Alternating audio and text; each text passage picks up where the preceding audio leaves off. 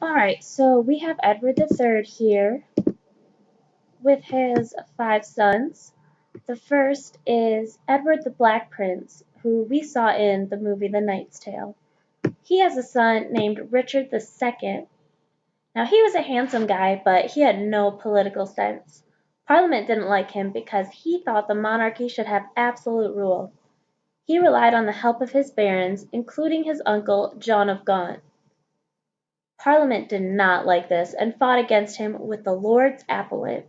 Richard ordered the arrest of the Lords Appellant, but what he didn't know was it was his other uncle, Thomas, that was in charge of it. He still did arrest them, though, and ruled for 2 years without Parliament.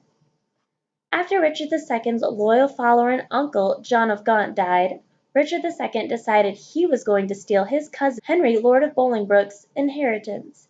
He took his land and exiled him.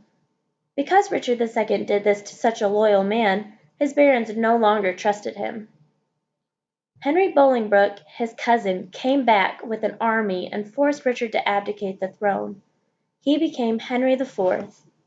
Henry IV was a good king and military leader. However, because of how he claimed the crown, there were many plots, lack of money from previous wars, and a huge dependency on Parliament. His son, Henry V, came into power after his father. Shakespeare described him as the mirror of all Christian kings. He was good. He invaded France and won back the territory they lost in the 100 Years' War. However, he died quickly after marrying Catherine, and his 9-month-old son was heir to the throne. Henry VI, the young heir, ruled at the monarchy's lowest point.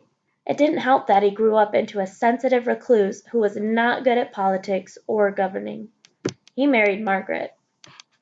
This is when the battle between the Yorks and the Lancasters really kicks in, and where we start today's lesson.